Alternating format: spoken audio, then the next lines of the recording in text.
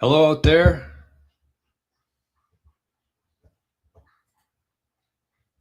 We're on the air. Oh, sorry, Rumble. Not that you're going to hear this, but I forgot to loop you in today. Whoops. Actually, I might do a test run after this. Are we live here? Yeah, we're good. Okay. All right, we got forgot to do Rumble, but that's okay. I'm actually going to try Rumble today. I just noticed they got a Rumble Studio now, which might actually replace StreamYard for me. So we'll see. Anyways, it looks like the Zap stream is back up and running, I believe. No, it's not. Kind of is. I see a couple people over there. It says 0, but I see Josh is over there and Tom is over there. But it won't load for me, so it might just be working through Noster again today. Been having some issues with Zap stream. It's unfortunate, but that's part of life, you know? Josh says she's up. I have no issues. Okay. Well, welcome. What the heck's going on here? What the heck is going on here? All right. Good morning, everybody. Happy Friday. Happy Friday. You might have noticed my shirt already, but if not,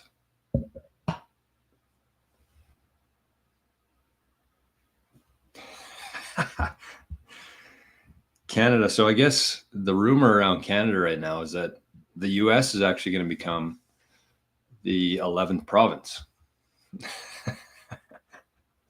Oh, it was a good game, though. It was a good game. It was probably the second game I've cared about in the last 4 years of hockey. So I'm not going to sit here and pretend like I'm a, diehard hockey fan anymore, because I'm not. But it was still good to see. Whenever you got your country involved, it's always a good thing. So, anyways, shout out to Canada. We're back where we belong, back on top. And I'm sure we'll have some comments in here about it. But anyways, welcome to the Friday edition of the Daily Bitcoin Journey. This show focuses on actionable and logical discussion for Bitcoiners and for future Bitcoiners. So welcome. We got a lively chat this morning. It's going to be a good show. We got a couple things to watch, but start with some coffee. And I got to plug my phone in because it's dead, almost completely dead. I had a meeting this morning at 6 a.m. How about that? 6 a.m. I got to say that was the first, that was the first 6 a.m. meeting I've ever had before. It was pretty, and I found out about it in overtime last night of the hockey game. So anyways, it was good. It was a meeting about SUBSTACK. So I'm always happy to do those. There's been a lot of people interested in SUBSTACK. And I think if there's anybody out there listening to this right now or later with a sizable balance of Bitcoin, I would say about 50 grand would be the threshold for this. So if you got $50,000 worth of Bitcoin right now, you should seriously be working towards, you don't have to set it up like next week, but start thinking about, start working towards a multisig and or the SUBSTACK. You have to. It's $50,000 today. It's probably going to be 2, 3, 4, 5 in the next couple of years, X that. And you don't want to be in a vulnerable position here. You want to make sure that no matter what happens in your life, anything, your Bitcoin is going to be safe. And that's essentially what this solution provides, in addition to some inheritance stuff, which I think that is a very lacking subject in Bitcoin. So we're trying to change that. We got the SUBSTACK protocol, security and inheritance protocol, and it's been good. It's been really good. So anyways, let's get to some questions here. Not questions, but some chats. We got Arnie's wallet here. Arnie's been going a little bit crazy this morning, so we'll hope, cross our fingers that he's going to be okay. Just buzzing around mostly. I think he's in a Friday mood. That's the best way to explain it. But his wallet will be live, so if anybody, the magic trick is to scan this, send a couple sats, and then this screen will light up green. So you can do that, or you can use the Zap stream. Looks like we got a couple people zapping over in the stream today. We got Josh zapped 888 sats.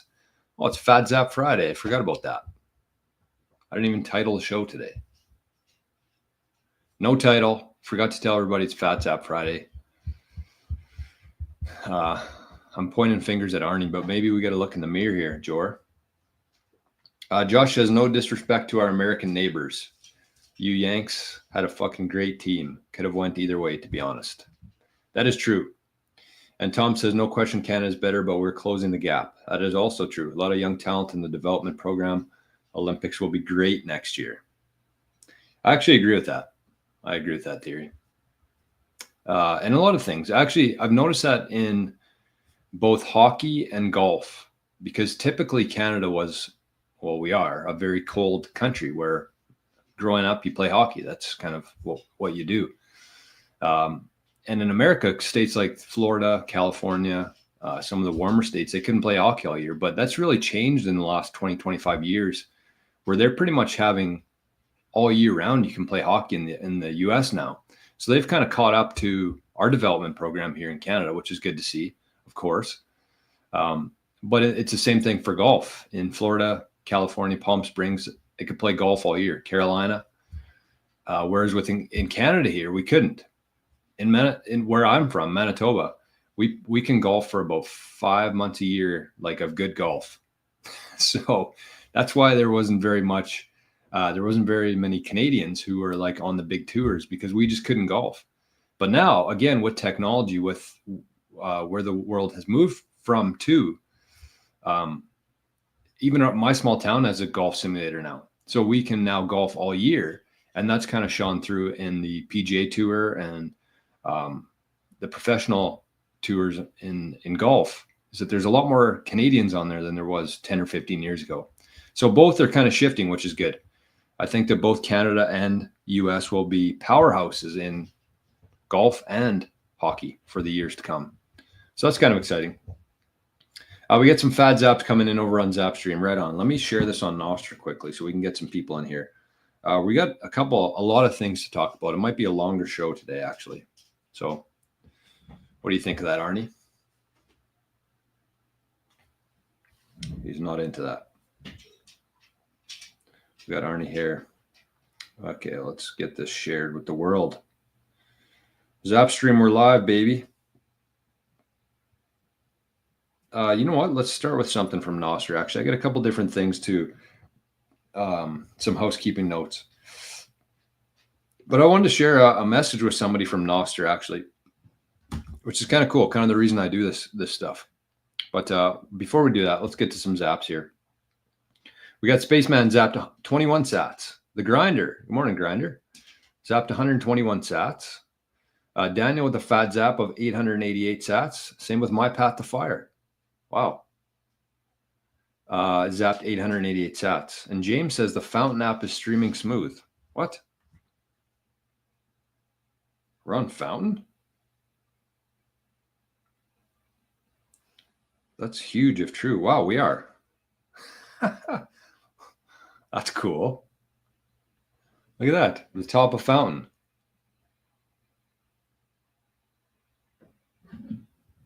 Wow. I was like trying to figure out how to do that, but I guess it just did it. That is awesome. So how do I watch it on here now? What does it show? Yeah, it shows the Noster chat. Look at that. Wow. That is very cool. Very impressive. That's amazing. I'm pumped about that. I'm very pumped about that. That made my day. Cool. Well, let's get some, let's see how many zaps we can get for the first day on Fountain here.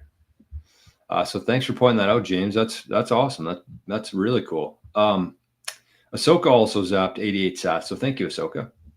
Appreciate that. And Grinder said, yeah, Fountain added support for the Noster stream events. That's really, I'm blown away by that. Okay, well, we can't completely disregard the YouTubes here. Oh, I want to get to this so quickly. My Noster message that we got. This is the exact reason I do this show. Messages like this. I mean, nothing crazy, but it's pretty cool. This is actually from a fella named L Bitcoin Mander. Quite the name. It looks like he's from the US, but Mexican roots. So El Bitcoin Mander. Anyways, he said, George, just want to thank you for all you do. A month ago, I was content with living life as a wage slave. But since finding you and your friend from Maple Bitcoin, I've got a time horizon of being financially free and living my best life. Thanks, George. I watch all of your videos. Super cool. I love receiving messages like that. That's as good as gold, or as good as Bitcoin nowadays. So that's good. I think that's the point of this channel. I think that there's a lot of people kind of going through that exact same, in terms of realizing, do I want to spend the rest of my life working for somebody else? Because again, it doesn't really matter how much Bitcoin you have. And we're actually going to talk about, or we're going to show a clip from Michael Saylor at the CPAC conference, or whatever it was called. But he's talking about the same thing. And I kind of agree with along the lines of that, is like, it doesn't matter how much Bitcoin you have. If you're not securing it properly, using something like multisig or encryption. But B, if you're still spending all of your days and all of your time working for somebody else who has the ability to stop that flow at any time, you're not really that free, or you're not really that sovereign, in my opinion. So the perfect combination of sovereignty to me is Bitcoin, high security of that Bitcoin, and working for yourself and earning your own income, betting on yourself, essentially. So along those lines, what I'm going to start doing every Wednesday going forward is, we're not going to be doing shows on YouTube anymore. I'm actually going to be doing a private kind of course. It was supposed to be an 8-week course, but I think it's actually going to be longer than that, like maybe 6 months. So it's going to be the pilot program. If you want to be part of that, if you're somebody who's thinking about leaving your job and working for yourself and kind of going all in on that kind of lifestyle, it's going to be perfect for you. So you can join. We've had like 10 people join Living the Future in the last couple of days. In the show notes, you can join the 365 or Living the Future, and you're going to have access to that every week, plus a lot of support from the community. So consider that. I know there's probably a lot of people who watch the show every day who have been kind of procrastinating or thinking about joining. So that's going to start next Wednesday, the first part of that. We'll call it a course. I don't have a name for it or anything yet, but it's about sovereignty mostly. Well, the focus is going to be around becoming more sovereign overall. But look at this, the fountain chat, or that we might call it the fountain chat now. The Zapstream chat is buzzing today. Really cool. Grinder says, by the way, anyone from the US having issues with watching, buffering, loading, VPN into a different country, and you'll be fine.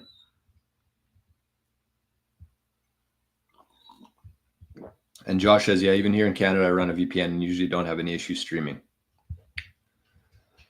Cool. So the unknown disc, I think that's the unknown disciple. It only says the unknown disc, but it says there's no gold at Fort Knox. What happens next? I actually don't think that that's true. I don't think, even if there was no gold last year at this time, I think when they go in there and open the doors, there's going to be gold in there magically. It's going to magically appear. But I've been listening to a couple different theories on it. I've actually listened to Scott Bessent himself say yesterday that they're actually not going to be revaluing the gold. So it's the takeaway I got from the interview with Scott, I think it's Bessent, is that they are going to, well, he didn't say that they were going to audit the gold. Trump said it though. So I'm going along those lines. He said that the gold is there. He said that they audit it every year. Don't know if I believe that, but this is the guy we need to be trusting here, I guess. And he said that they're not going to be revaluing the gold from $40 where it sits today, $40 on the balance sheet per ounce, to 3,000 which is the fair market value of the gold today. So they won't be doing that. I don't know what's going to happen with it. I really don't. It's going to really depend on how much gold is there and then kind of what they do after that. It sounds like they're going to be monetizing something within the balance sheet. And I don't know what that means yet. They just keep saying they're going to monetize the balance sheet. So whatever that is, I think it's really positive news for Americans. I don't know what it's going to do to Bitcoin, but I don't think Bitcoin's really going to care very much. Anybody in Bitcoin now understands that gold is far superior, or Bitcoin is far superior to gold. All Bitcoiners know that and understand that. Gold bugs, on the other hand, haven't really come to that realization yet. So to me, the demand for gold has peaked, completely peaked. Everybody who wants to have gold owns gold. But the demand for Bitcoin is not even close to being fully realized yet. So to me, it doesn't really matter what happens with Fort Knox. I think that Bitcoin is going to continue in the exact same trend. But if there is any uncertainty or uncertainty within the gold market, I think that people will start moving over to Bitcoin. Without a doubt, I think it would happen either way, especially if you look at the age demographic of the people who hold gold right now. All of that wealth is being held in. I actually did a show, and we should give a shout out here to Bodhi's channel. I did a full show pretty much talking about this yesterday for almost an hour and a half. Actually, it might have been an hour and a half, which was after the regular show.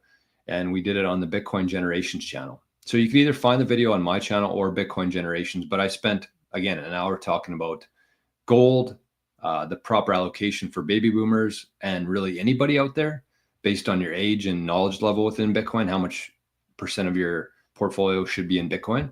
So check that out. It was actually a really good episode. So if you got some time today, there you go. Ahsoka zap 21 sats over there. Thank you, Ahsoka. Matt zap 10 sats. Thank you, Matt. I'm just trying to. Okay, we're all right. We got a lot of stuff to get through today. I don't know how much killers here. We got Bird Meta. We got Bitcoin Buddha. Morning, Bitcoin Buddha. Ginger. Good to see you, my friend. I sent you a message back yesterday. I don't know if you saw it or not, but I did reply. Good morning, Ryan. Clean your machine. Oh, we got a couple fad zaps here. We got an anonymous zap of our favorite one. Well, not our favorite one, but one of our favorites of 1,111 sats to Arnie's wallet. And somebody just sent in 8,000. Oh, Letha. Holy. 8,888 sats. Happy Fat Zap Friday, Letha. And it's important to note that she spelled fat with a PH. Letha is awesome. Thank you, Letha. Very much appreciate that. Mert's over here. Good morning, amigos. Hello out there. Ahsoka. Matt says, team, the sun is up, Bitcoin is running. Or good morning, team. The sun is up, Bitcoin is running, and Team Canada is on top of the hockey world. All is well. Jay, good morning. Can you feel the pump? Are we pumping? I don't know. We got to get back to 100K here eventually. We've kind of been sniffing at it. Bird Meta, stacking sats, as many sats as I can, boys. Nice work. Letha, good morning. Thank you for this fat zap. Duncan, good morning. Ian, everybody's here today. Bitcoin Halving says, you look like Mike Hoffman. I know I've said this a few times. Who the heck is Mike Hoffman? Is that not an NHL player, Mike Hoffman? I don't know. Could be. I know there used to be a Mike Hoffman that played with the Ottawa Senators. I don't know if that's the same guy you're talking about. Hey, Steven, good morning. Steven was one of our one of the new members in the community. We'll just say that. Oh man, this is a good tip from Mert. And I'll say a couple different things on this, but the question is, Jor, how can we prepare our minds to stay calm when and if it gets to 8 million, 10 million per coin? Are you mentally prepared? Some tips might be helpful for the community, I believe. I mean, that's a big part of it. When we're thinking about the future here of Bitcoin and what's, coming next for us, it's a big part of it. It's almost more important than the physical setup here. Like the first thing you got to take care of as a Bitcoiner right now, especially if you're holding like a significant amount, I would say if you hold over $10,000 worth of Bitcoin right now, I know it probably doesn't, to some it'll seem like a lot. To me, it seems like a lot, But for some people, 10K might not be, enough to dedicate a whole bunch of time to protecting. And that's fine. But you should still be taking actionable steps to improving your security slowly, learning more, learning about multisig, learning about encryption, and just really immersing yourself in the rehearsal and the process of it, making sure it's solid. You have to be taking this time right now to make sure that your foundation is completely solid. Because it's like building a house. You want this house to be here in 50, 100, 150 years. And any house that survives that long has a really solid foundation. And anything with a solid foundation that you're building on top of, you can stack as much as you want on top of that. And so that's what you need to be focused on here, is obviously compounding your Bitcoin, earning as much as you can, getting as much as you can, and stacking on top of that foundation that you build, that fortress that you build. So everybody, I would say, if, again, a threshold of about $10,000 worth, you should be thinking about it. If you have more than that, you got $50,000 worth of Bitcoin right now, you should be taking more serious action right now in terms of getting it into a multisig, encrypting your backups, things along those lines, really mapping out all the different threat models that you have and counteracting those. So that's kind of the physical, but you're asking about the mental here. I think the physical has to be kind of done first. But then mentally, I don't really know what the tips would be for it. I think that the best thing you can do is just continue learning about Bitcoin, because that's the one thing that's really helped me get through the run-ups and the drops, is just understand what you're holding here. And so the more time and energy you can commit to learning about Bitcoin and understanding Bitcoin and why it's so valuable, it's going to be a lot easier when it shoots up. You're not going to be as tempted to sell. And when it crashes down, you're not going to be tempted to sell at all. So again, it's really just immersing yourself in it, taking the time and energy and effort to understand it, build out your foundation, and then just keep stacking on top of that. A couple different, the last thing I would say to that is you should be taking about 5% of your total stack. So if you got $100,000 worth of Bitcoin, you should be investing at least $5,000 into protecting that. That's kind of the minimum for it. So take 5% of your stack and invest that into your security for it. I mean, if you got $1,000, $2,000 worth, it's probably not worth it. I would probably just buy more Bitcoin with that. But, at that level, you should be taking about 5% of your Bitcoin stack and investing in your security.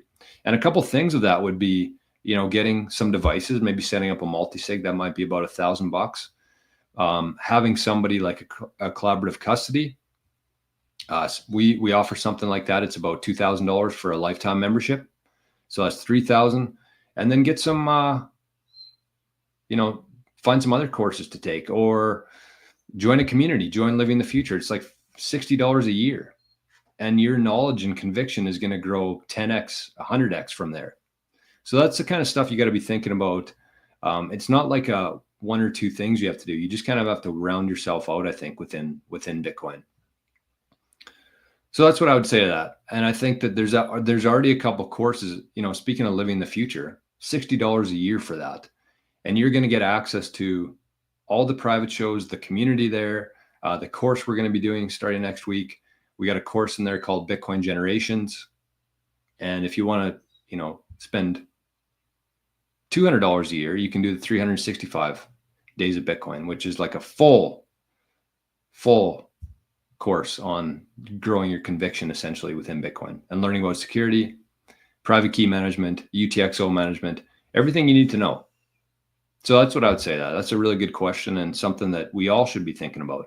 If you're watching this video right now, you're going to be in the very, very small percentage of wealth in the future. And you have to be thinking about that and preparing for it. Don't wait for it to happen. It's going to happen, but don't wait for the time to come where you start doing something about it. What the fuck are you whining about? Stop. My goodness, that is annoying. He's about 5 seconds away from the door shutting on him here. That's just like nails on a chalkboard, that noise. And I don't know what his deal is right now, but anyways, let's keep it rolling here. No more whining. Block 52, good morning. Jay, good afternoon, everyone from the UK. Hope you're having a cracking weekend. I love that. Bitcoin's moving up today. Is it? Okay, let's check. What do we got for the price today? I had metrics today, but we're not going to have time to do them, I don't think. We got too much going on. Anyways, we got a couple more zaps over here in the fountain stream. I see Phoenix Falconers over there. We got Mark using fountain today. And Mark zapped 21 sats. Yeah, Hoffman played for Ottawa. Okay, is that who we're talking about? I don't know. I haven't checked the comments here, but yeah, that would make sense. I could see that. I could see that comparison. And Duncan zapped 888 sats. Thank you, Duncan. Fat Zap Friday. Appreciate that, my friend. All right. And we got one more to report here. 888 sats to Arnie's wallet. And it just has a wolf emoji. So I'm thinking that was from Josh. I'm getting pretty good at between the zap amount and the comments. I'm getting pretty good at figuring out who it's from. We're not moving much. We just crashed. What are we talking about here? We crashed. We're on a downtrend. Hey, Locks guy, good morning. Holy cow, everybody's here today. Laugh Pad, good morning. Tired of winning yet? I'm not either. Rick, good morning. Tommy D. Sheesh, Mageesh.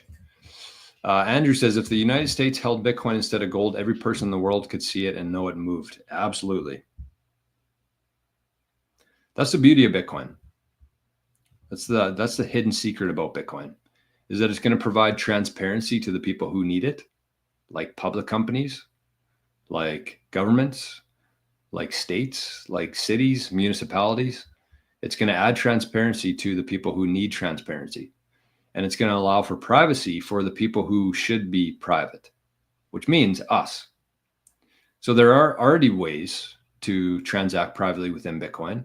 I'm sure those ways will be built out in the future. I mean, even if you look at like the last 4 or 5 years now, like the amount of strides that Lightning has taken in the last 5 years, and eCash and Liquid, like we're still in the game hasn't even started yet, and there's already like really solid ways to transact privately from peer to peer. So that's what it's going to do. It's going to allow those other layers where people can transact privately using this currency called Bitcoin, but it's going to provide it's going to require transparency from the people who need it, like the U.S. government. Greg, good morning. Santino, Tommy D says, write your plan down. Write your plan for 58K and 580K Bitcoin. 100%. Dan's not feeling well. How come? Why aren't you feeling well? About what? We're feeling well. We're feeling fine. Arnie's whining, but other than that, we're good. He's gone out of the picture now. He doesn't want to be on the live stream whining. Bitcoin is going up forever. Yes, it is. Okay. What else do we got? We caught up to the messages here. So what else do we have to talk about today? We got Al Bitcoiner. Uploaded the video. Oh, this was the last piece of housekeeping that I wanted to mention is I logged into YouTube today, and they took about 30 or 40 subscribers from me overnight. Don't know why. No idea. No reason given. So what I was just going to say is like, just double check. Take like 10 seconds right now, whatever you're watching on your laptop, your phone. If you were subscribed to the channel, just make sure that you're still subscribed. I mean, it's not a huge number, but it's still like, what happened? I don't know if it's something that YouTube regularly does. I have no idea. So anyways, I just wanted to say, if you were subscribed to the channel, make sure that you just double check that you still are. And the one thing that really helps, I think, with the channel and get in front of more eyes here is the notifications. So if you're a regular watcher of the show, you like watching the videos, consider at least clicking the notification thing there. It helps the channel. So it's a really easy thing, low friction and free thing to do that can help support the mission here. Okay. And I noticed that this is so crazy to me. 1.5 million people, 1.5 million people have been on my channel before. 1.5 million. And there's 8,000 people who have subscribed. I think there's I think it's like 60-40 for the people who watch the videos and don't subscribe versus 40% who do subscribe. So I don't know. It's just like, I think it's a really fiat mindset of like not wanting to subscribe, not wanting to support other people. So it's a hill we got to climb, but we can do it slowly. All right. We got Mad Zap 10 and Mad Zap 1000. Wow. Letha says, I'm on Fountain Daily Bitcoin Journey, but I only see old episodes. Okay. So Letha, what you do there, actually just what I did, is you don't have to search the Daily Bitcoin Journey. I don't know if it's connected or not. But if you go to Fountain, you should actually just be able to go to the home page.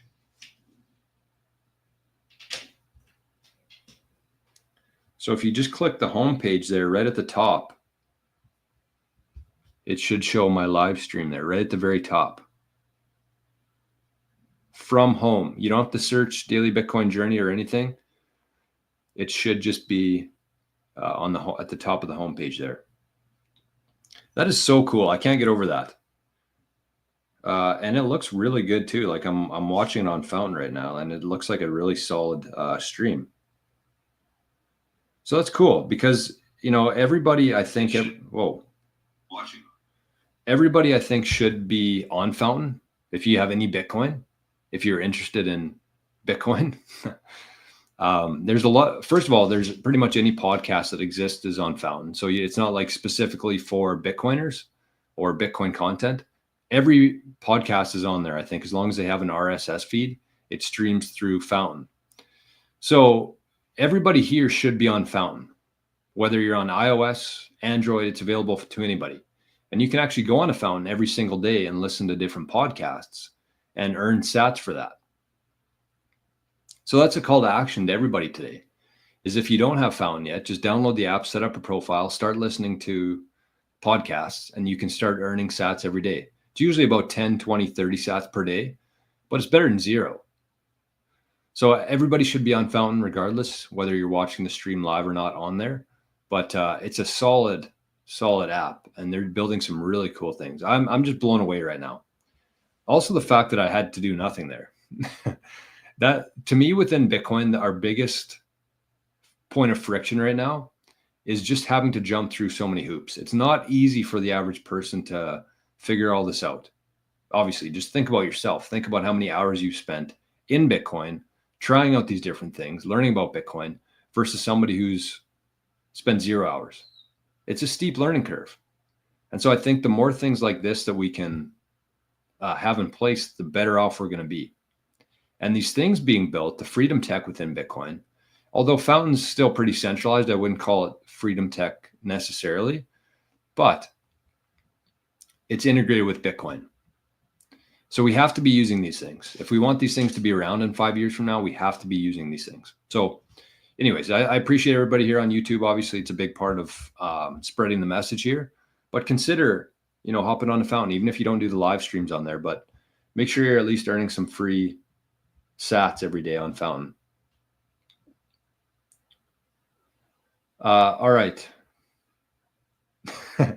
Josh says Arnie needs his app, helps encourage him to be disruptive. You know what would be cool? If we had like a shock collar for Arnie, just like a small one. I know there's a lot of dogs who have shock collars, and I'm not a big fan of it. Arnie's never really had one. Some need it just because of their, I shouldn't say that. I just think they had poor training probably. But it'd be cool if you had like a shock collar that every time a zap came in, it like zapped them. Or every time a zap came in, it fed him a treat. That'd be cool. That'd be a lot less harmful to him. He would like that more. There's already like a page on Noster who does that with goats. So every time you send a zap in, it feeds the goats. We're living in crazy times here, folks. Matt's just going crazy over here. It looks like the Fountain's, it must be pretty easy to zap on Fountain. Okay, what did I miss here? All right, Matt zapped 1,000. Matt zapped 10. Daniel zapped 10. Matt zapped another 10. This is cool. But Josh says, Jor, would a good costing security setup include a start 9 as well? I know eventually setting up a node is important to the network as well. Just wondering on the security aspect of if it really matters. Yeah, I would say that start 9 should absolutely be in everybody's future here. If you're watching this right now, start 9 should be in your future plans. Personally, I think security is much more important than that at this stage. I think you should kind of get your security setup built out, multisig encryption, and then look to a start 9. And the start 9 is going to allow you to do a couple different things. It's going to hook up to you're going to be able to run a node. It's going to hook up to your Sparrow wallet, which is hooked up to your multisig. And the nice thing about that is you're no longer connecting to a public node. So nobody else is going to see your balances and transactions. So when you hook it up to your start 9, you're going to be the one auditing that. Essentially what you're doing when you're hooking up to a public node is A, you're giving away your privacy, but B, you're trusting somebody else. And not that the trust is like a big component within that, because I don't think there's a whole lot of mempools that are like, have faulty ledgers, but it's part of it. So plus with the start 9, there's going to be a whole slew of things you can do with this in the future. That's kind of why I have one now, is I'm just kind of trying to familiarize myself with how to use it, the things available to it, because it's going to be a big part of my life. It's a big part of like being a sovereign individual, is having your own server. Instead of relying on other people, you're relying on yourself. And with that, I mean, even today, I've been using an app on my start 9 called RoboSats, where it connects you with a peer-to-peer somebody else in the world, and you can buy and sell Bitcoin with them. It's not going through RoboSats. The payment goes directly to the other person, which is really badass. So I've been doing that with like small transactions, let's say $200, $300, just to kind of familiarize myself with it, make sure everything's good. And, it's probably going to be a big part of the way I buy Bitcoin in the future. So yeah, it's a big part of it. I wouldn't prioritize it. I would prioritize your security first and really getting a good handle on that. But yeah, start 9. So I think within the show notes, there's a discount code for it. But if anybody wants to order one, like I would honestly consider, I just put it in the chat there, use that discount code 88 SATS, 88 SATS, and you get 5% off your start 9. So one thing I would say is like, if you're somebody who doesn't have like an excess of money, I would be buying Bitcoin right now instead of a start 9. But if money's not necessarily an issue for you in your life, I would just order a start 9. And even if you like take a little while to open it up, figure it out, that's fine. I would just do this. This applies to hardware devices. This applies to start 9s. This applies to pretty much anything in Bitcoin right now. Order it while you can, before anything happens with like the supply chain and they start stopping things at borders and stuff like that. Just get ahead of it. If you have the financial means, don't go into debt getting one.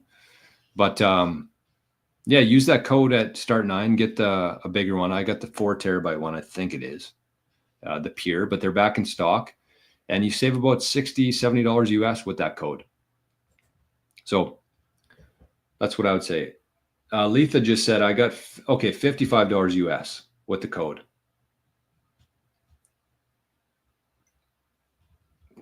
All right, what else we got here? The zaps are flowing in. 10 sats, I like it. The 10 sats are flowing in. That must just be like an easy thing on Fountain to do, because there's a lot of 10 sats flowing in here. Matt zapped another 10. Duncan zapped 10. Matt zapped another 10. And Matt zapped another 88. Wow, Matt's fingers are getting a good workout today. Thank you, Matt. All right. Mert says, this is a good question. What if we lost one of our multisig devices? Think about it. What would happen?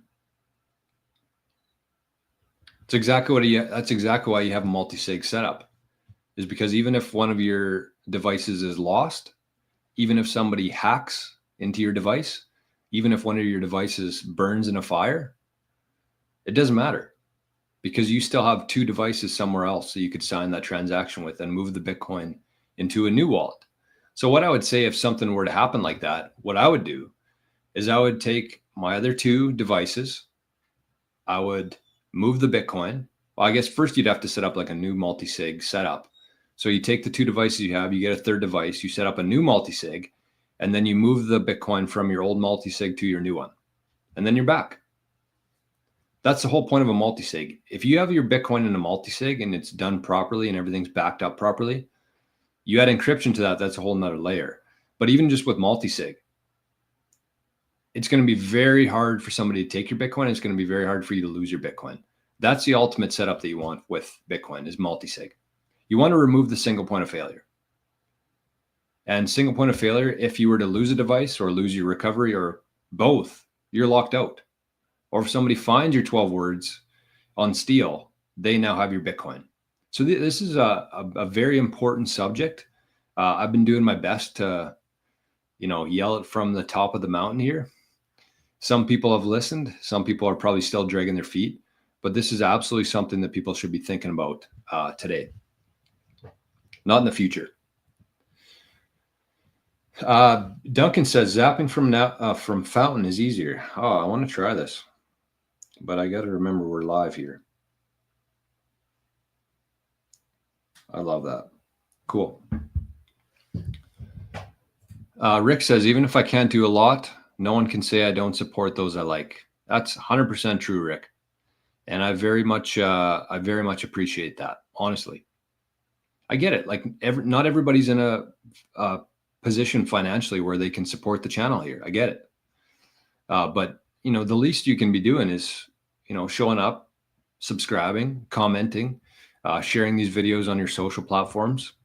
It's as good as gold to me. So thank you, Rick. Maybe you installed Fountain after a few drinks. Probably. Speaking of drinks, it is Friday today. I wish there were some Baileys in this coffee. Mert says the pyramids of tomorrow are being built and will remain here for many years like Giza. That's a really good way to look at it. That you need to be taking this time, this very unique opportunity that we have in world history. Like how many people, when you really zoom out here, I know that we're just like here right now, which is kind of weird. But like zoom out and just think about like how amazing it is that we're here right now. If you're like me and believe that Bitcoin is the single greatest discovery in human history, you get to be here for it. And this opportunity right now, not only to buy, convert fake dollars for the best asset that has ever existed before the rest of the people figure it out. But you also have a chance now to prepare for it and build your foundation right now for when that time comes, when we get really serious about this stuff. Because right now, 100K Bitcoin is a joke. Like it's a joke that Bitcoin is $100,000. No metric, nothing really makes sense that Bitcoin is $100,000 right now. Compared to gold, even if you say Bitcoin equals gold, Bitcoin should be $1 million today. You look at the hash rate, what it was a couple of years ago versus the price, and compare it to today, the hash rate and the price, it should be about $400,000 Bitcoin based on the hash rate. You look at the mining rewards today versus a couple of years ago, the price of Bitcoin should be about $300,000, $400,000, $500,000. So you build this out now before that happens. That's kind of the idea with this channel, with Bitcoin Citadel, with SuperBacked. That's what we're doing. We're just building a foundation that's going to make your Bitcoin, which is the best battery that's ever existed. It's going to be there in 50 years from now. Because other than that, and actually I should give a shout out here to Daniel. We had a Bitcoin Citadel meeting yesterday, and Daniel said a really important quote, which is that it's not about stacking sats, it's about keeping the sats, which is very true. There's way too many people out there who are obsessed with getting as much Bitcoin as possible, and they're completely ignoring the security, the inheritance, that side of things. And in 20 years from now, if you don't look after that part of it, you're not even going to have your Bitcoin. So it doesn't matter how much you have today. If you're not protecting it and securing it properly, it doesn't matter. So shout out to Daniel. Great quote there. It's not about stacking the sats. It's about keeping the sats.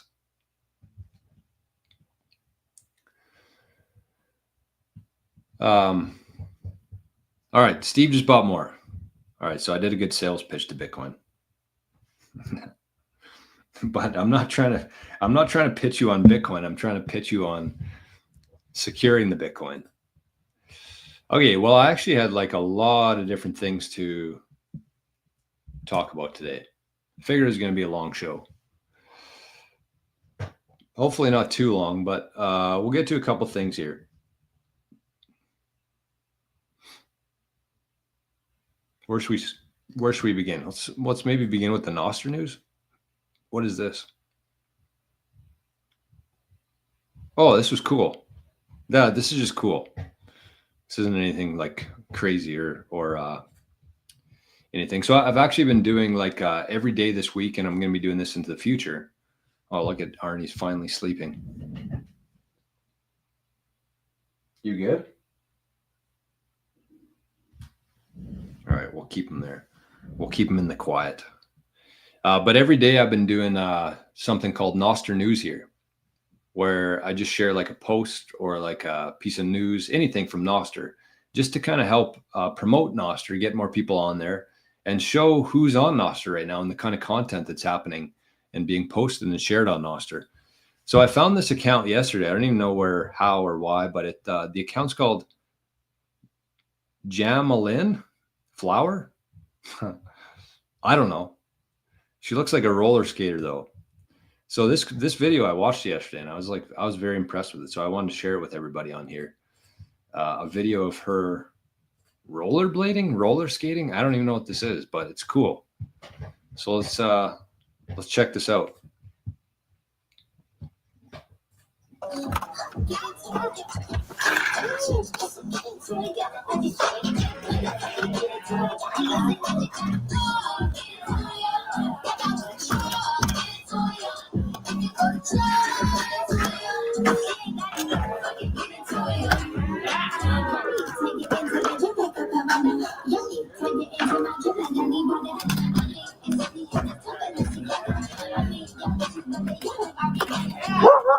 Yeah.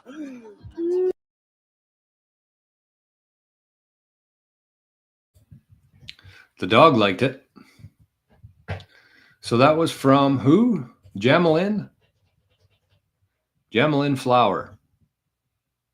I don't know if I can put her NPub in here or not, but anyways, search her on Noster. Give her a follow on there. Pretty cool. Roller skating, I guess it's called, or quad skate. I don't know. Looks pretty cool though. And nice to see the dog's ass there right at the end of the video. So that's the kind of stuff you'll find on Noster. No real relation to Bitcoin or anything. But the cool thing about that is, let me see if I can see. Let me see if I can find her right now and see what kind of zap she got on that. So the cool thing about Noster is you can actually share anything on there: videos, pictures, expertise, and people can send you Bitcoin instead of a like. Oh, she's only got 68 followers on there, so this might maybe give her a little bit of a boost. But let's follow her. And let's see what she got for that post. Wow.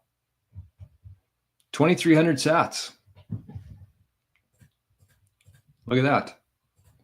That's what I'm talking about. That's why everybody here needs to be on Noster right now, is you can share anything. Like this girl just posted a picture of her rollerblading, and she got 2,300 sats for that. That's amazing. Absolutely amazing to me. It never would have been possible before Bitcoin, before Lightning. None of this stuff would have been possible. Imagine trying to send $2 to somebody, or like numerous people, I guess, sending 50 cents, 40 cents. Good luck. The fees sending that over the banking system, because it touches like 10 people there in that process. So you just can't do it. And that's what Bitcoin allows for. And Lightning is micropayments and this kind of stuff.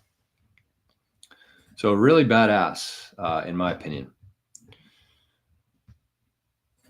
$1.52, walking the dog in a frozen lake. Actually, you know what? I might take Arnie on the lake today. I haven't been out on the lake much. It is definitely frozen though. Brennan, good morning. Understanding Bitcoin's economics, code, decentralization, game theory is such a special superpower. Agreed. BTC Hunger Pains, much love to you from Texas. I appreciate all the advice in chat. I'm so glad you don't talk about shit coins. Well, good morning from Canada here. Cheers. Shitcoins are going to be around. I think we just need to kind of accept that. Meme coins essentially are just gambling now. It's literally just gambling. But the odds are very much stacked against you, more so than gambling.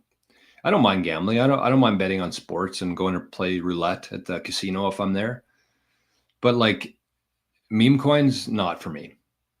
And that's all it is. And, you know, at least 4 years ago at this time, when all these different coins were coming out, like Cardano, Litecoins has been around for a long time, but like, I don't know, all these different coins. Through the last couple of years, there's been Caspa.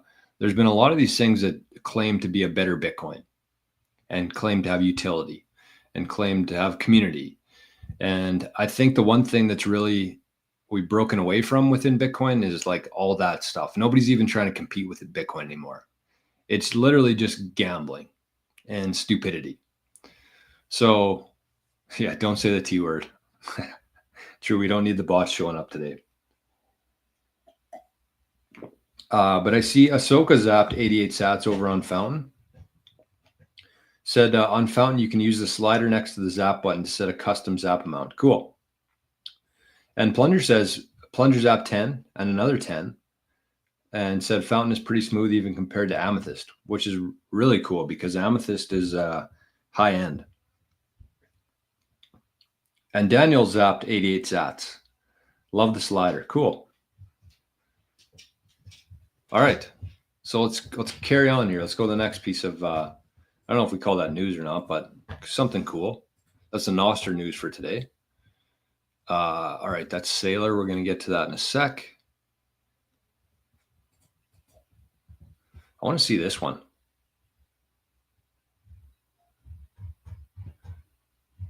Oh, or should we? Okay, let's check this out. CBC News, our favorite government-funded news source here in Canada. Bird Meadow, look at this.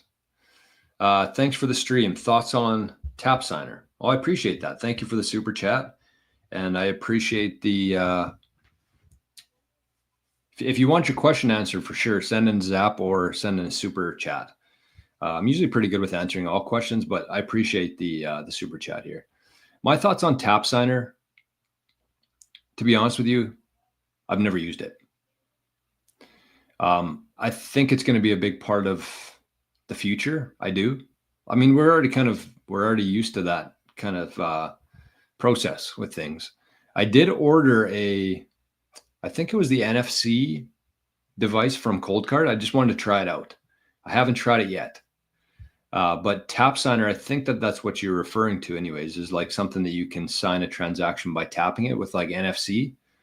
I think it's going to be a big part of it. And I think that if we want to really make Bitcoin mainstream, we have to make it meet people where they're at. And people are comfortable with tapping things to send payments to people.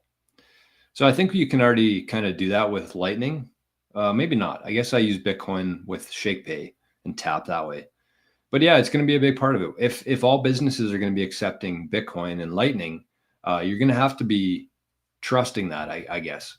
But the better understanding I think you have within Bitcoin, you'll have like your savings locked up in cold storage that never moves. And then you'll have like an amount on your phone. Maybe if you use something like a Tap Signer that you kind of load a little bit of funds onto, I think it's going to be a really good way to separate the privacy there, where you don't have to send Bitcoin from like your regular address. You can kind of structure it in a way where, You don't compromise all of your privacy by sending Bitcoin to somebody. So honestly, I'm not an expert on it. I don't claim to be. I haven't spent enough time on it, but that's kind of my initial thoughts on it today. Something I want to look into further in the future, though. And there's a lot of things like that. But anyways, thanks again for the super chat. I appreciate that a lot. But let's check in with Canada's government-funded media here, CBC News. $1 trillion tsunami. Canadians grapple with unprecedented wealth transfer. Aging baby boomers are passing down a record amount of money to their children. And I don't really need to, we don't need to look too far into this, I don't think, to see, what's going on here. I think the key thing to keep in mind here with an article like this is that, yes, baby boomers are getting older. I don't know what the cutoff is there, but I think it's maybe like 60 years old. So there's a lot of baby boomers who have a lot of life left. So it's kind of hard to label like one specific segment because baby boomers is a large range of age. And so some baby boomers are closer to passing down their wealth than others. But I think this is an important thing to be thinking about right now. And this is something that CATHIE Wood pointed out within her little speech she gave about Bitcoin, which was that Gen X and millennials don't want gold. They don't want the assets that the baby boomers are holding right now. So baby boomers, it can resist all they want. They can, fight Bitcoin all they want. But when that wealth gets transferred down to their kids, the majority of that is going to flow into Bitcoin. That's what Gen X and millennials want to hold is Bitcoin. They don't care about any other asset. So this is just like one country, Canada. You got $1 trillion being passed down. The majority of that, in my opinion, is going to flow into Bitcoin. And then you apply that to every other country on this planet, and the exact same thing is going to happen. So that alone, that's like the individual level. That's before all the countries show up, and the states, and the corporations, and the corporations is a big one. The institutions, the funds, and then you got the AI and the robots who are going to be accepting and transacting in Bitcoin. So if you have any ounce of concern for Bitcoin and like the future price of Bitcoin, the purchasing power, you don't have to look too far to figure out, what's coming here. So baby boomers are pretty much in the driver's seat right now. They are the ones who get to decide how fast this thing moves.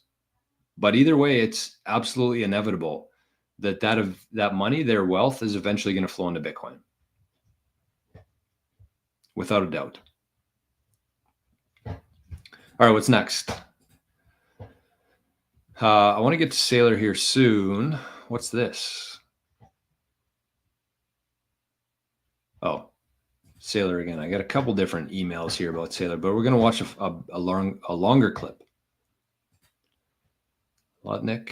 Was there anything else I had here? No. Okay, that's it. So we'll get to Saylor in just a sec here, actually. All right. Andrew says, thinking about doing a multi-sig with a cold card. Is there any advantage to buying a cold card Q over the MK4? That's a good question. I would say a couple things with multi-sig. If anybody's trying to take this on themselves right now, I would say a couple different things. Number one, I would strongly consider getting a device from different manufacturers. It kind of reduces any sort of chance of rug. So what I mean by that is, and again, I kind of go back and forth with this myself because I have a lot of trust in Cold Card and CoinKite. So, and I love their products. But one way to look at this is like, let's say you have a multi-sig with a Cold Card and a Jade and a Foundation Passport. If one of those companies, let's say that CoinKite actually turned out to be bad actors and they've been keeping a copy of all the seeds that were derived from the Cold Card, not possible, I don't think, but I like putting my odds at 0% instead of, slight chance. So in a setup like that, even if CoinKite was a nefarious actor here, your Bitcoin's still safe. If you had all of your Bitcoin on a single SIG Cold Card, your Bitcoin's gone in that case. So with this, you have Cold Card, Foundation, Passport, and a Jade. If one of those companies ends up being a bad actor, your Bitcoin's still fine. So that's the first thing I'd say with the multisig is try to get 3 different manufacturers, 3 different devices. The second one is make sure you're properly backing up your metadata, because when you set it up, you have all this information that you need that's based on that specific multisig wallet. And you have to back that up, and you have to know what information to be backing up. Because if something were to happen to the laptop that you set up your multisig configuration on, and you don't have that data backed up, you're going to be in a lot of trouble. So multisig should not be taken lightly. That's what I would say. And if you need help with it, we have a couple people on our Bitcoin Citadel team that are more than happy to help you with your setup configuration, depending on how much help you need. I think it's probably a good step. Even if you don't need like a full consultation with somebody, I would still suggest setting up a call with somebody to just make sure you're, doing everything that you need to be doing. That call could be the difference between you having your Bitcoin in 10 years or 20 years and not having it. And if you're at the point where you need a multisig, I'm assuming you have a decent amount of Bitcoin there. So that's what I would say with a bit of caution there. But in terms of the cold card Q and the MK4, I don't see any difference. I love the MK4 myself, but I also love the cold card Q. Like the reason I like this one more, the kind of the main advantage with this, it's a little bit easier to navigate. There's a bigger screen. You can scan QR codes with it if you'd rather do it that way. But also it's got batteries in it. So I don't have to like be 2 feet away from the wall like I do with my MK4. It's a very flexible, you can kind of take it anywhere. You can also plug it in, like it's got a slot for a USB-C at the bottom here if you don't have batteries. But I just like the fact that it's more portable that way. So the whole process between the MK4 and the Q are pretty much identical. The security would be identical. It's just this one's a little bit easier to use, I find. But I also love the MK4. I love the looks of it. I love, I don't know. There's just something about the MK4 that I love. But I don't know if that answers your question. I'd say you can't really go wrong with the MK4 or the Q. Buck52, I told my financial advisor he needs to read the room. Wow. Good for you, man. I think we need a lot more people giving shit to their financial advisors. We need more of that. I call out financial advisors as much as I can. Actually, I'm going to be sharing a clip on the channel today from the show Bitcoin Generations yesterday about financial advisors. I'm going to share it on the channel today or tomorrow. Anyways, we got another zap here. A fat zap. Wow. 5,000 sats, completely anonymous.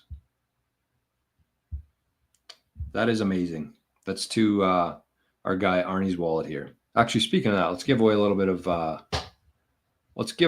of biddy. Letha zap 10 sats. She got the fountain working, it looks like. Josh says, you're right, Jor. I'm Gen X, and the only reason I have any fiat in the legacy system is because of the TFSA and my mortgage. Otherwise, I invest more into Bitcoin than any other asset. Yeah, 100%. And that's Gen X. And I think millennials would be even more so further on that curve. So it's coming. It's just a matter of when. Matt zapped 88 sats. Craig's in the chat. Happy Friday, Jordan friends. Letha zapped another 10 sats. Unknown Disciple says Passport is king. I wouldn't say it's king, but I'm a fan of the Passport. I think it's a really solid device. I think it's really easy to use.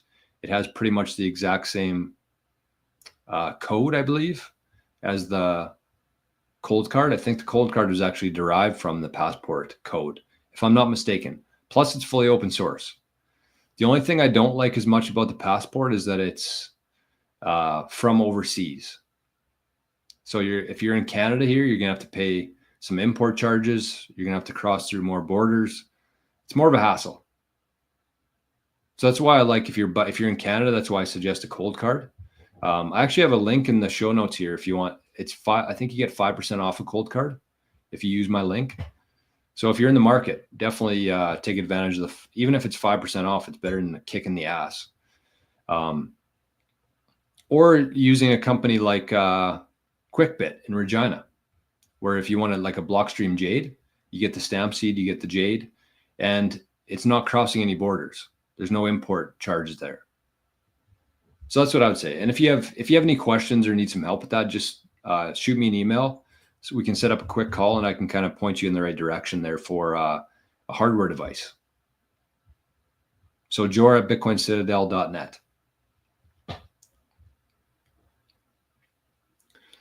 What else we got here? Oh, Craig zapped 2.1 thousand sats. Kids are here listening. Okay, I'll try not to drop too many F-bombs here, Craig. Anyways, thank you, Craig. Appreciate that. Craig and I had a very, I guess it wouldn't be early morning for him, but a meeting at 6 a.m. today with Craig. So if anybody's seen me at my worst within this community here, it's Craig, about 5 minutes after opening my eyes for the day. So thank you, Craig. I appreciate that.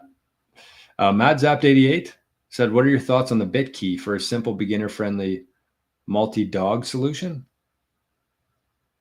Multi-sig solution? Must be multi-sig. Multi-dog would be cool too. I'm in the process of getting a multi-dog solution myself.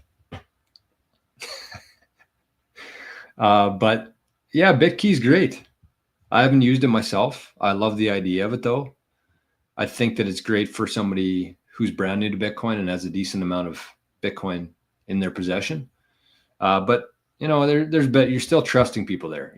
Because you hold one key essentially with a BitKey, and two other companies hold the other two keys there. So in that situation, it's pretty much impossible for you to lose your Bitcoin, which at that stage of the game, I would say is very important. But the problem there is that if those two companies colluded, they could take your Bitcoin without you having any say in it. And yes, I would say it's very unlikely, especially at this stage. But when Bitcoin's 10 million, 100 million, it's a totally different ball game. And we have no idea what's going to happen at that stage. So when we get to that point, you don't want to have any sort of vulnerability there that you could lose your Bitcoin. So I think it's great right now for a beginner. I love that model, but there's holes in it for sure. So that's kind of what I would say on that. Letha said the passport was more simple for me to learn than the cold card. Good to know. Good to know. I don't know. There's just a bunch of NPub chat in here. I don't know what's going on. But anyways, we'll keep going here. We'll keep moving. Old Cat. Explain the difference between a multisig and using a passphrase as a 25th word. That's a good question. And actually, a single sig with a passphrase is a really good place to start for people. It is. But again, I would say if you have more than $50,000 worth of Bitcoin right now, you should be skipping over that phase. You should be in multisig. The difference there, I guess, would be the fact that it really depends on how you're storing your device. So essentially what the question is here is with a single sig wallet, you can add a passphrase on top of that, the 25th word, which essentially creates a brand new wallet. And you can move Bitcoin into that with the 25th word, that wallet. And that's kind of hidden behind your original wallet. So let's say that I had this cold card Q as my single sig wallet. And I derive the key, I load some Bitcoin onto there, and then I add a passphrase to it. So it's essentially how you create a decoy wallet. Whereas if somebody found this device, they were able to get into it, they would see my original wallet that I set up. But what you do with the passphrase is you add a second wallet that's kind of hidden behind that original one. So they wouldn't know that I had a passphrase wallet on this if somebody got access to this. And so it is a really good way to protect that from like your single point of failure. But the problem comes with how you're storing it. Because, and it would also be very hard to, how can I say this? The reason why I like something like an encryption in terms of your recovery versus like a 25th word is that in certain scenarios, like let's say you had to leave the country tomorrow, and you had to get your Bitcoin with you on that airplane and get to your new destination. With this situation, you're either going to have to bring your device or you're going to have to bring your 25 words. That's kind of your only two options. Or you memorize it, I guess. That's one option, but that's pretty difficult to memorize 25 words. But you're going to have to hop on that airplane with either the device or the 25 words, which is possible, could be done, but there's issues with that could come up. Whereas if you have like a multisig with encrypted backups, you could literally send a QR code across the world to wherever you're going to. You just have to memorize one single password with it. And then when you get there, you can restore it. You can restore your 24 words. So there's probably a couple different ones, and I actually did a full presentation on this for the, let me see if I can find it here quickly. For the private show on Wednesday, we actually went through a whole, hold on, a whole scenario here of like, let me bring this up here quickly. You can actually, if you join the Patreon, even the free member, you can watch the video that I did from Wednesday on this. So this is kind of like the threat models that everybody has that you need to be thinking about. Fire, flood, break-in, hack. And then there's some soft characteristics here, like is it untraceable? Is there trust required? And is it flexible? So in the case of like a single sig device with your recovery phrase on steel, even with the passphrase, it really depends on how you're storing it. And it's not untraceable. You have to have either your device or your recovery phrase somewhere where you can access it. So it's not untraceable. And with the fire flood too, I mean, you could have both your passphrase and your multi-sig device or your single sig device in your house. And if your house burned down, your passphrase and your device and your recovery are all gone. If you're depends how you do it. That's kind of what I said when I started the conversation here, is like, it really depends on how you're doing it. You could do this, like this could still be fairly effective. And then the next stage from that is the multi-sig with a steel backup. And the main problem with that's like the highest level of security, if you ask most Bitcoiners, would be multi-sig with your backups on steel. But the problem with that kind of setup is that you have to trust two other people. So with a multi-sig, you could have one device at your house, which also doesn't work with the untraceable part of it. So then you'd have to trust three people if you didn't want it at your house. So you have to have at least 2 or 3 people in your life that you fully trust, that you could leave your devices with or your recovery phrases with. Whereas if you go encryption, you can send them QR codes where they have no idea what's on there. They have no idea that it's Bitcoin. They can't see the contents of it, anything. And you can still disperse it geographically and kind of get the best of both worlds there. So that's kind of like the pinnacle of your security, is like a multi-sig. And instead of steel backup, you're actually using encryption. It's all yeses, and it's the perfect setup. You don't have to trust anybody. There's no KYC involved. It's a perfect model. One's compliment said, where in Canada are you from? I'm from Manitoba. Do I ever come to Toronto? No, not yet. But I do plan on going to, a conference maybe in Toronto or Ottawa or Montreal sometime soon. And I got a couple buddies now in Toronto. So I'll probably be in Toronto at some point. It's not an easy drive for me, unfortunately. It's a flight, but I do want to get there. I've been to Toronto before. I actually was to be completely honest with you, I was very underwhelmed with Toronto. Not my kind of city. Anyway, somebody sent 44 sats here, anonymous. So thank you for that. All right. Duncan says, actually, we got a couple different questions here. Josh says, what about an air gap jade for up to half a Bitcoin with the passphrase? I don't know. I mean, it's kind of up to you. I really think that anybody with over $50,000 worth of Bitcoin should have a multi-sig. And you don't have to do it tomorrow. Keep that in mind. And even if you already have a jade, you're off to a good start. You got one of your devices that you need for your 3 devices. So again, this isn't something you need to do tomorrow. You don't have to be like panicky or anything. Like Josh, you're fine with that. But if you're thinking about your 10, 20, 50 years from now, now is the time when you want to be setting this stuff up.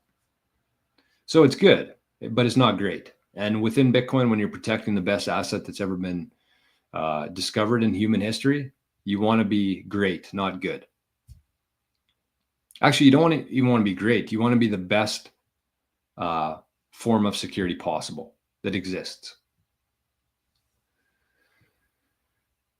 What else do we have here? Duncan says, do you think you could get through the airport security with a hardware wallet? I wouldn't try. You might be able to. I wouldn't try. I would rather take my 12 words on paper through an airport. But at the same time, it's plain text. That's the issue. And that's why with encryption, you could walk through an airport with a QR code. They have no idea what's on there. They could scan it. They could, try to pry it out from you, but they can't see what's on there. They have no idea. And you take one with you and you send one to the country that you're going to. And then, in that case, nobody can do anything with you. So it's the perfect setup, in my opinion. Craig says, cross borders with super backed encrypted blocks in a book. No worries, only one password to memorize. Exactly. Josh says, my next step is super back for sure. Unknown Disciple says, Foundation Passport is integrating Monero in their new device.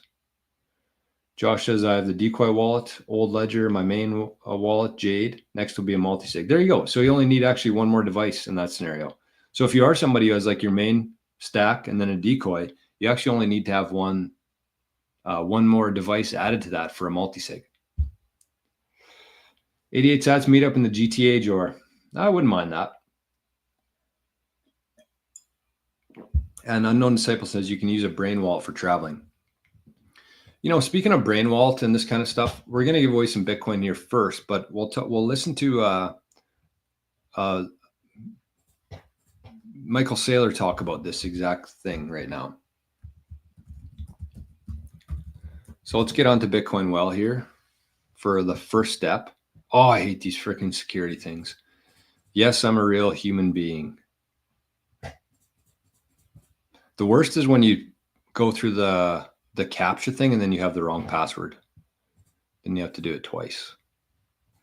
All right, let's give away some Bitcoin here. So get out your Lightning wallets, whatever you got as a Lightning wallet, get it out, press send.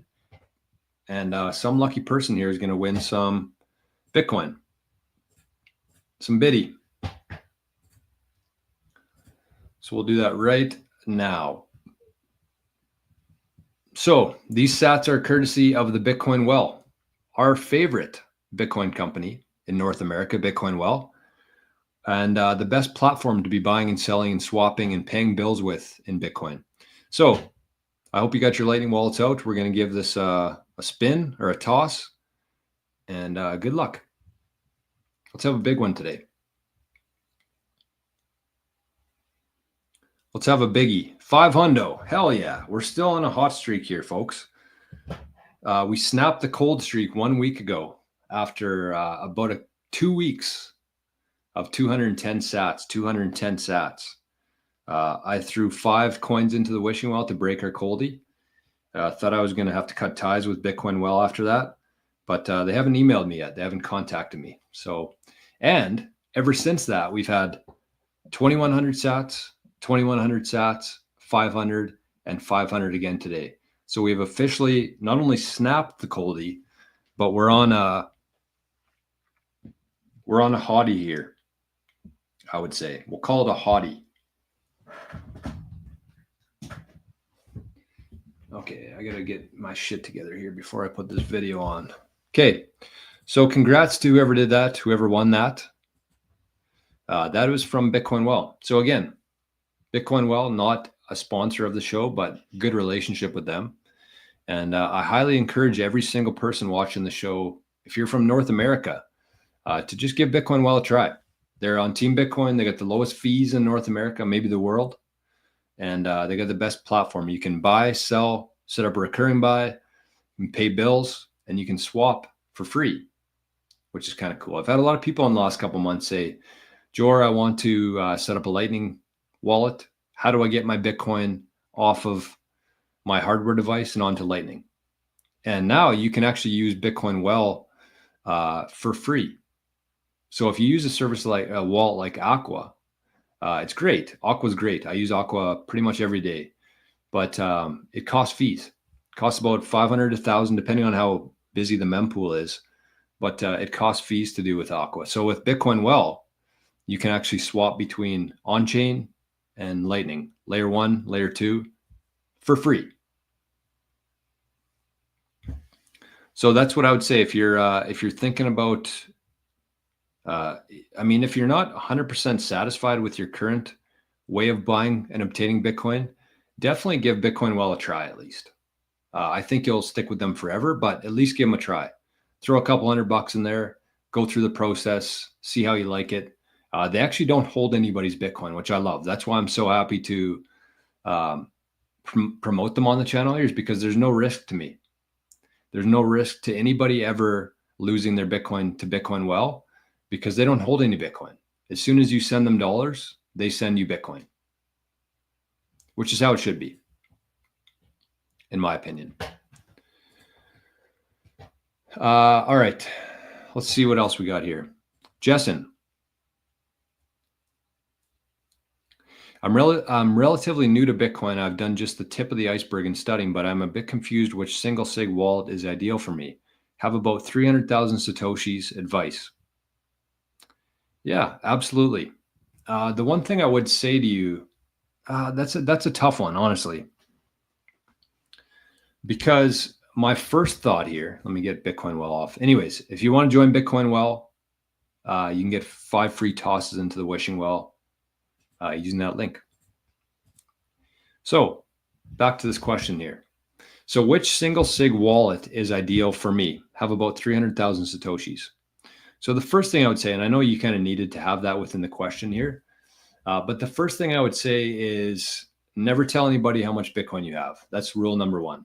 I'm assuming you'll get more hopefully in the future, but even so, don't past this point today.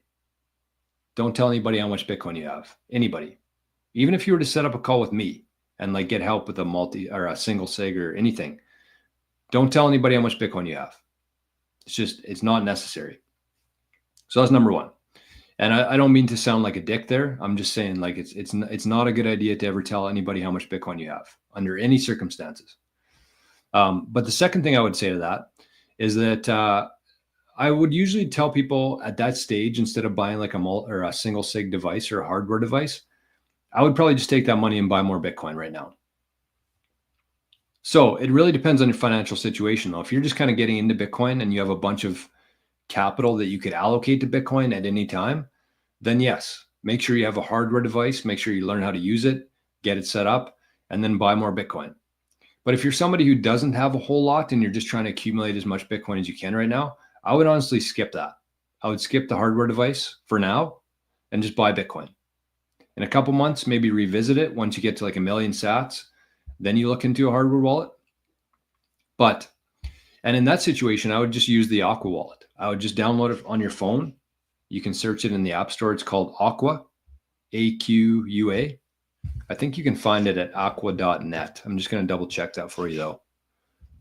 Aqua.net. Yes, that's what it is. So you can just download the wallet there for free. Send your Bitcoin to that from the exchange. And then just wait a little while. Get some more sats, and then get a hardware device. But yeah, what I usually tell people is like get a Jade, get a Foundation, Passport, or a Cold Card. That's kind of my 3 that I usually recommend in terms of a hardware device. But the one thing I would say here, Jessen, is like if you're, again, somewhat new, set up a call. And it would be better. It's a lot more beneficial than trying to have a conversation through YouTube here. So I have a new thing on my website or my link, my Calendly, where you can actually just set up like a 15-30 minute call, value for value. There's no like upfront payment. There's no hourly rate. You can just set up a call. And if you have any specific questions or need some like direction, you can just set up a call and you can send me any amount that you think the call is worth to you through Bitcoin, through PayPal, whatever. But it really depends on your specific situation. There's no real clear answers within Bitcoin. So I hope that helps a little bit at least. What's my opinion on Swan? I would avoid Swan. That's all I'll say about Swan. Nitney.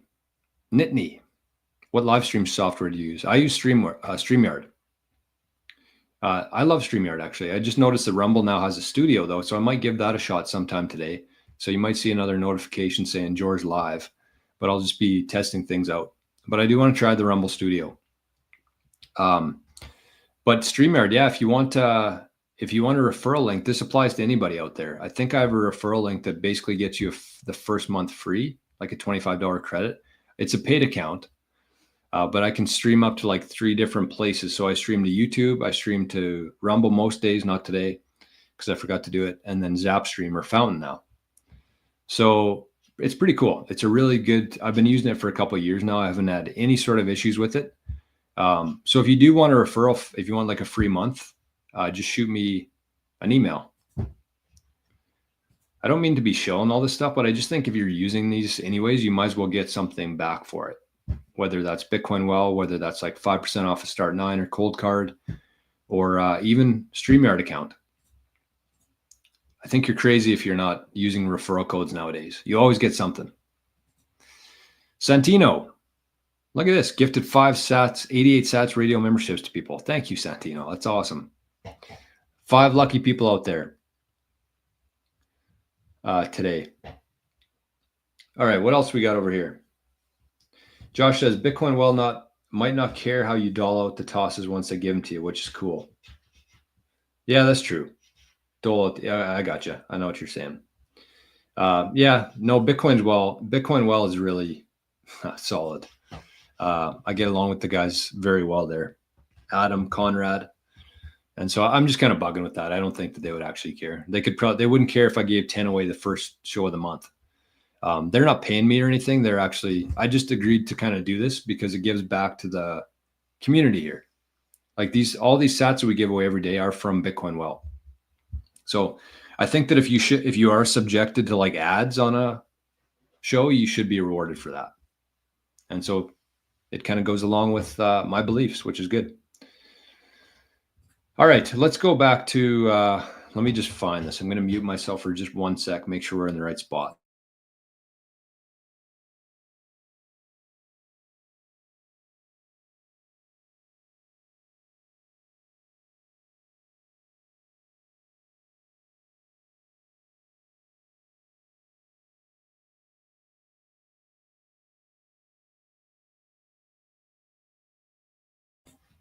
Sorry, 30 seconds of 30 seconds of silence there. That's the kind of stuff you get on a live stream. Oh, I put the sleep charm on. That's not what I wanted to do. Off. Okay, so we're going to watch this. I'll put this at like 1.5, 1.25.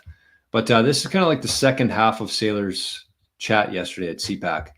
So we're going to start here. We'll maybe watch it for like 5 or 10 minutes. But there's some really good analogies and really good information in this, as usual, from Saylor. So let's check this out. I'll put it on, and I don't know when we'll stop it, but we'll start it. Understands the value of owning scarce, desirable property. If we go to cyberspace, and I think that President Trump understands the value of owning scarce, desirable property. If we go to cyberspace and we buy Bitcoin and the nation embraces Bitcoin, then all of the capital in the world, all of the Chinese money, all the Russian money, all the European money, all of the money from the 20th century, the money invested in a Siberian warehouse, the money invested in fill in the blank, anything you could possibly own in Africa, all of that capital is flowing into cyberspace. It's going from physical to digital. It's flowing from the 20th century to the 21st century. The 21st century is going to be a billion AIs thinking a million times a second. And what are they going to be using to move their money around? They're going to use digital money because they can't get a bank account. They can't get a credit card. I have to approve my wire transfers from my bank once a week. It takes about 20 minutes, and they ask me on the phone whether the money should move. It's a good problem. With 478,740 Bitcoin, Michael. The computers. We don't feel too bad is what I'm trying to say. Yeah, I get it. But my point we've been doing it that way for 50 years. And if you look at the way the digital economy is going to run in the 21st century, it's going to be 1 billion computers thinking 1 million times a second, moving assets at the speed of light. Bitcoin represents digital capital. That network is $2 trillion today. It's going to be $20 trillion in 4 to 8 years. It's going to be $200 trillion in 20 years. Then it's going to grow faster than every other asset in the world. It's going to continue to grow.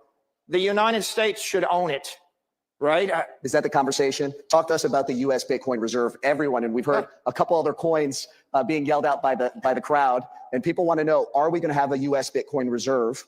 And when is that going to happen? The way to think about Bitcoin is it's the most powerful digital network in the world. It is cyber power. If you want to dominate the next 100 years, just like the last 100 years is based upon dominating sea power, fire power, air power, space power, nuclear power. You want to dominate cyberspace. You want cyber power.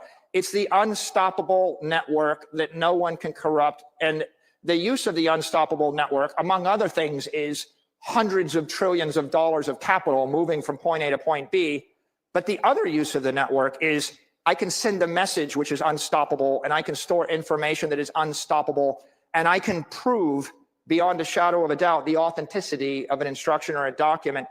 No country, no company, no individual, not 1 trillion computers can corrupt that message. So if you want to own the future, you want to own cyberspace. How do you own cyberspace? You own Bitcoin, and then you run the Bitcoin network. You mine Bitcoin, you own Bitcoin. President Trump understands property. He understands the value of Greenland. He understands the value of Alaska. He understands the value of oil rights. He understands drill, baby, drill would be impossible if we didn't own the land, right? He understands American dominance. And land is physical property. When I run electricity through semiconductors and I create a wall of encrypted energy, I create digital property. Bitcoin is digital property. You should own it. Your company should own it. Our nation should own it. It is the future. In your perspective, how soon do you think we're going to be buying Bitcoin and have within our U.S. Reserve at a timeline? It's going to be 12 months, 24 months? I think there's an appreciation of the power of Bitcoin throughout the cabinet, throughout the House, throughout the Senate. There's going to be a political process by which we build consensus with the White House, the Senate, and the cabinet, and find the right way through. But what I would say on this topic is the U.S. could own 20% of the network like that for free. The dollar would strengthen, the nation would be enriched. And the real promise is if you own 4 to 6 million Bitcoin, you're going to pay off the entire national debt. You're going to neutralize it. We can generate a $50 trillion to $80 trillion benefit to the United States people, to the citizens, to the taxpayers. And we can do it simply by seeing the future. It cost $6 million to buy Alaska. The payoff was $1 trillion. Just like right now, you can literally buy it for a song and dance. That's the opportunity. The risk is that you wouldn't want the Saudis to buy it first, or the Russians or the Chinese or the Europeans. And there's only room for one nation state to buy up 20% of the network. And obviously, I think it should be the United States. I think it will be the United States.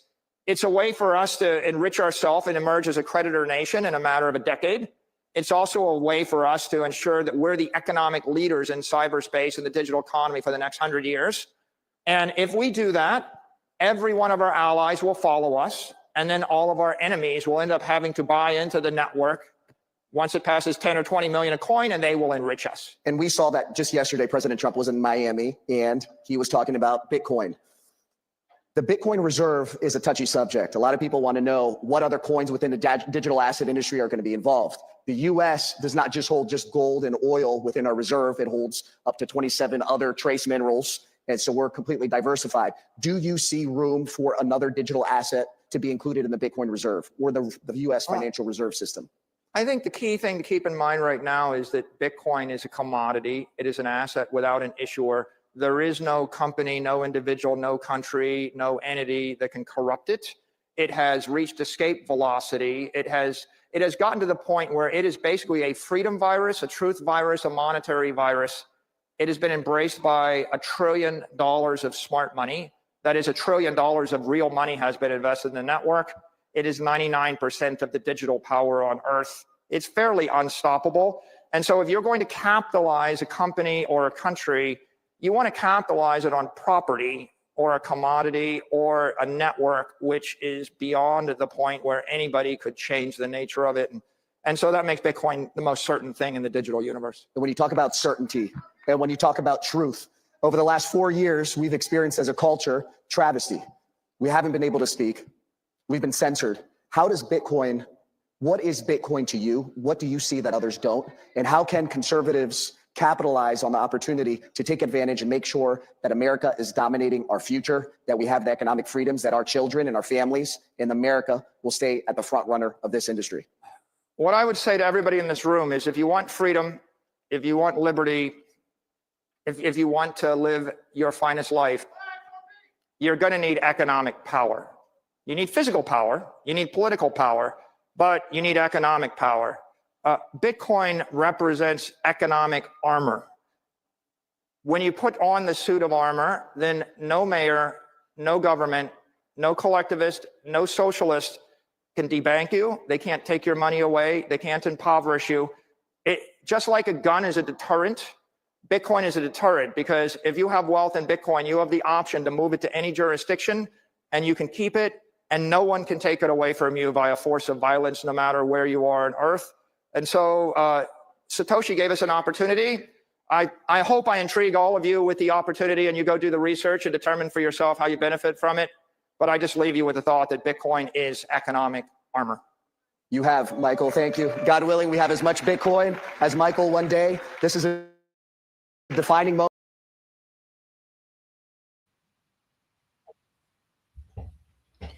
Yeah, good luck getting as much as Saylor. I don't think that any country, company, any entity will ever get as much Bitcoin as that guy has.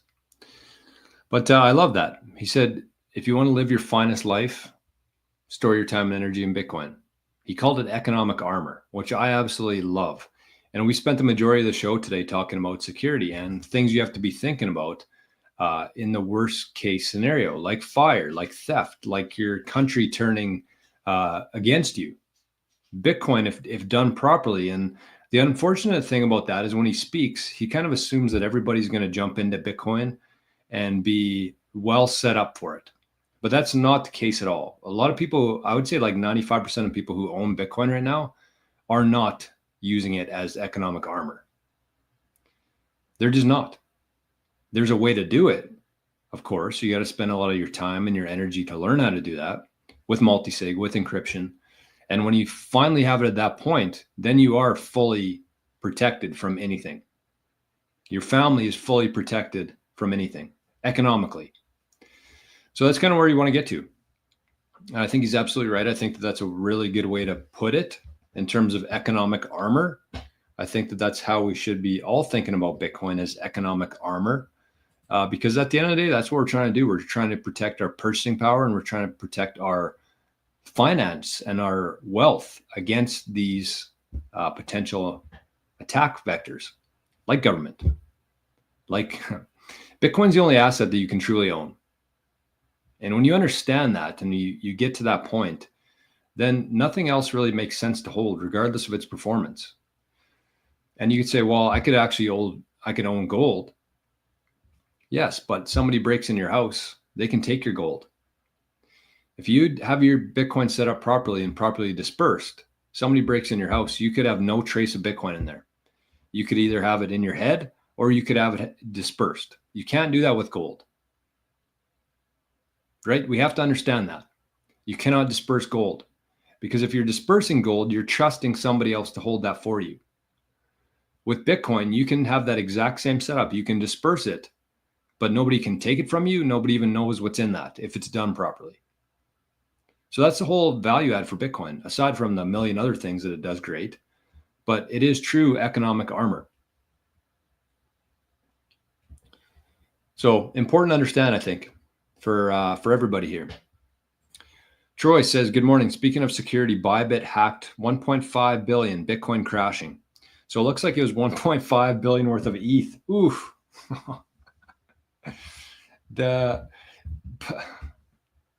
It's just too easy. It's too easy with ETH. Like, give us a challenge here at least. Poor ETH. Not poor, actually. I've been warning people for years now to sell their Ethereum for Bitcoin. Justin says, I appreciate the advice, by the way. Thank you. And hopefully, if possible, now that I know, you could blur my name if you post this. Okay. So what I would say to that, Jess, is that I won't share that clip. I won't post it on my channel. So pretty much you've kind of doxed yourself within this thing here, but there's probably going to be like 500 people on the whole earth that watch the show today. So it's not a big deal here. The problem is, and this is kind of for everybody, not just Jess, the problem is more so along the lines of like you telling your friends or your even family members or your coworkers, like people within your community, within your town. I would say that you can talk about Bitcoin. You can help grow the Bitcoin network. You can have conversations about it, but just don't ever tell anybody how much you have, because that kind of stuff, for some reason, there's something within our human brains triggers something where if you told somebody that you had 1 million sats, they're going to remember that in 20 years from now. So again, it's not a big deal. Like on the YouTube channel, there's nobody that's going to, there's going to be a very small amount of people who actually see this show. So I'm more talking about like within your personal physical network of telling people that, because you're going to put a target on your back that you don't really need. So anyways, Daniel says, advice, don't dox your stack. Yes. So it's been a great Fad Zap Friday today. We got a couple Fad Zaps here. One from Letha, 8,888. One from Josh, 888. And then a bunch. I don't know if it was Fad Zap Friday today or a fat amount of small zaps Friday today. But anyways, I'm very happy. I'm blown away by the integration with Fountain here. I think it's going to be a big boost for the community here, I guess. The reach of this show, if it's on Fountain now, that's badass. The kid says, don't even tell your mama. I agree with that. Truly do. Oh, look who shut up. Hello. What can we do for you, my friend? Why is your tail wagging like that? What do you think we're doing? Oh, look at this. Nice up and close. What are you doing out there? At least you stopped whining. Thanks for letting us dial in here without the whines. Thank you. And I forgot another one here. We had 1.1 thousand sats and a 5,000 sat zap as well from to our guy right here, Arnie. You want to say thanks? Say thanks. Okay. Or just stare at me. Wish Arnie could talk. No, not like that. Anyways, let's. Bailey says, could you stream from Fountain on your end? I mean, it just kind of showed up on Fountain today. Like I didn't do anything there, which is awesome because I was a little bit overwhelmed. I'm not going to lie. It said I had to like download these different apps, download this plugin, connect them, then Fountain should show up on Fountain. But I literally did nothing. We're still live here, buddy. I did nothing and it just showed up on Fountain, which is really cool to me. So anyways, last Friday we did an afternoon stream. We're not going to do that today, unfortunately. But we will have, hopefully in the next 2 weeks, I'd say. Yeah, probably 2 weeks. We're going to have the Maple Bitcoin every Friday. I think it's going to be Friday. It's going to be once a week. Rajat, I don't even know how to say it. I should probably ask him before I say it 1,000 more times. Rajat Forrest from Bitcoin Not Crypto and myself are going to be doing live streams once a week together. Just a really good place for people to come and hang out, ask any questions, talk about the stuff we've been talking about today, and get a couple different perspectives. Three Canadians united by Bitcoin. So make sure if you haven't yet, head over there, We've been on here for about a week and a half. We got 862 subscribers already, which is kind of cool. I've only shared 5 videos. But there's a couple good ones. There'll be another one coming out tomorrow, a brand new video that hasn't been seen anywhere else. And then we're going to start doing live streams. So again, make sure if you haven't yet, subscribe to the Maple Bitcoin channel and set the notifications. It looks like mine are personalized here. So you can set the notifications so you don't miss any new videos and you don't miss any live streams on the Maple Bitcoin channel. Looking forward to that. I think it's going to be very, very big. Mostly because it's going to be more of like a for everybody kind of thing. My channel, my show is definitely not for everybody. I think it's an acquired taste, you might say. But Maple Bitcoin is going to be for everybody. Less swearing, less politics, less conspiracy stuff. I'll probably mix in some conspiracy stuff. But for the most part, I think that's going to be a pretty big channel within the Bitcoin world. And it's important too, because as somebody mentioned earlier in the show, I forget what it was from, but where was it here? I don't know. Anyways, doesn't matter much. But they said, importance of focusing on Bitcoin only. And there's not a whole lot of channels that exist online right now that are Bitcoin only. So this channel is for sure. But the Maple Bitcoin is going to be a really great place where you can send your friends, family, coworkers, and learn some stuff yourself. So again, make sure if you haven't yet, check out the Maple Bitcoin and go subscribe over there. When will the live streams? Line trash. I don't know yet. It's going to be once a week. What's going on here? Hello? Okay, we're just going to go. We're going to be blurry for the rest of the show, I guess. But I think it's going to be Fridays. Sorry, this is annoying. Come on, camera. Come on, camera. There we go. Hoping Friday, but we don't really have a date yet for sure, but it's going to be once a week.